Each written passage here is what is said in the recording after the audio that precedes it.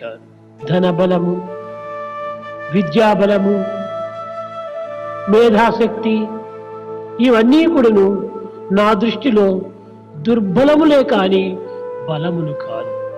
ఓ పిచ్చివాడా, నీవు ధనం కోసం ఏడుస్తున్నావు, భగవంతుని కోసం ఏడుస్తున్నావా? అలాంటప్పుడు నీకు భగవంతుడు ఏ రీతిగా కనిపిస్తాడు?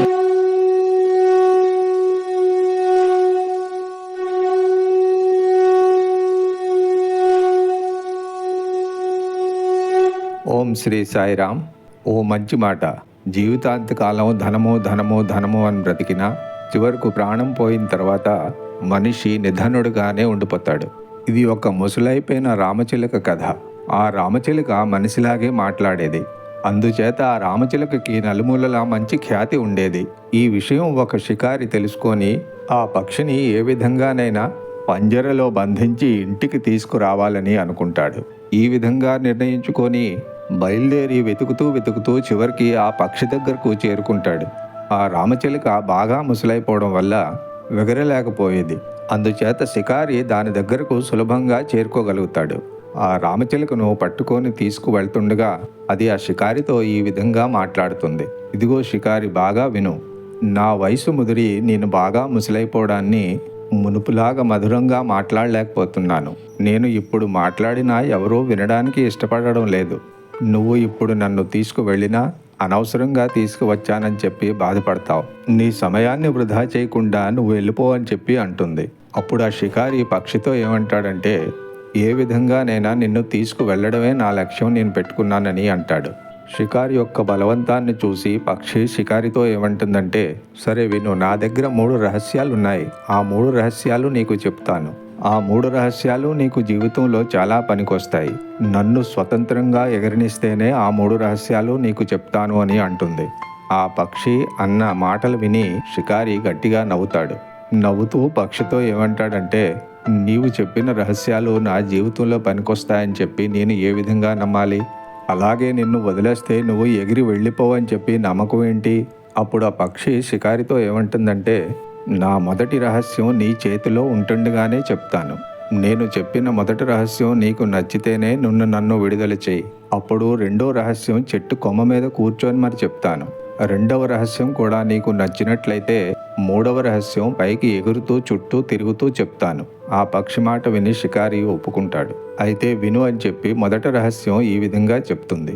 మనిషి ఎప్పుడైతే జరిగిపోయిన దాన్ని, గతాన్ని మర్చిపోతాడో ఆ మనిషి ఎప్పుడూ జీవితంలో ఆనందంగా ఉంటాడు.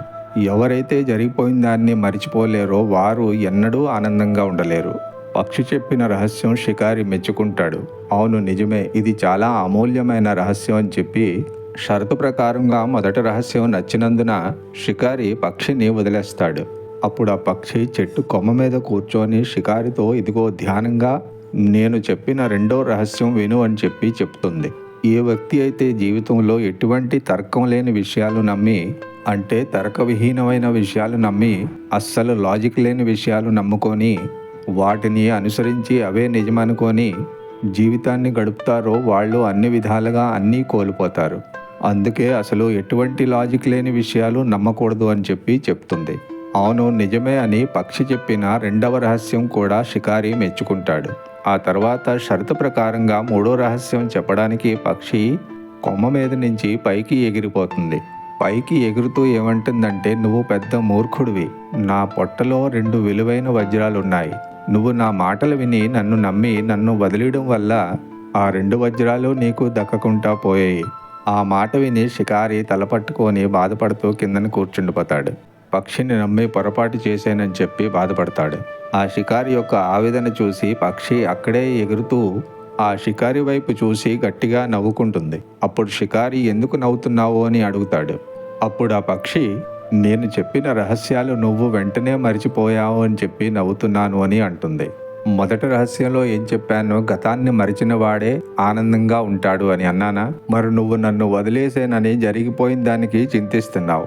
2వ రహస్యంలో ఏం చెప్పానో, ఎటువంటి తర్కం లేని విషయాలు నమ్మొద్దన్నాను.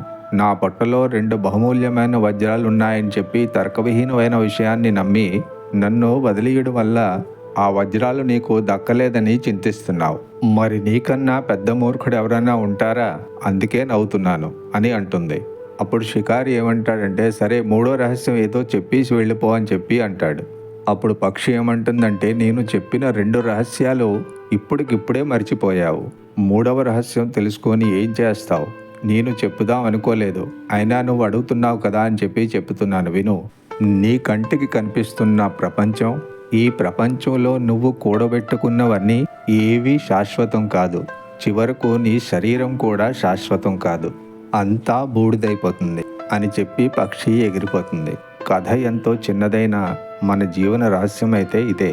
జీవితాంతకాలం మనం సంపాదించిందంతా ఇక్కడే ఉండిపోతుంది. మనము సంపాదించి కూడబెట్టిన దాంతో ఆత్మకి ఎటువంటి సంబంధం లేదు. కానీ మన జీవితాంతం మంచి కర్మలను ఆచరించి మంచితనాన్ని కూడబెట్టుకుంటే ఆత్మ ఈ జన్మమృత్యు చక్రం నుంచి బయటపడుతుంది. దాని శాశ్వతమైన గంతవ్యానికి చేరుకుంటుంది. జై సాయిరామ్. ఈనాటి మానవుడు దుఃఖంలో మునిగి ఉన్నాడంటే ఈ దుఃఖములకు మూల కారణం ఏమిటి? నిజంగా చూస్తే మానవునికి దుఃఖమే లేదు. ఎక్కడి నుంచి వచ్చింది ఈ దుఃఖము? ఎవరందించారు ఈ దుఃఖము? తనలో నుంచి వచ్చినటువంటి యొక్క దుర్గుణముల యొక్క రిఫ్లెక్షన్ దీనికి. వాడి లోపల ఉన్నటువంటి యొక్క పాపములే దీనికి రియాక్షన్కు మూల కారణము.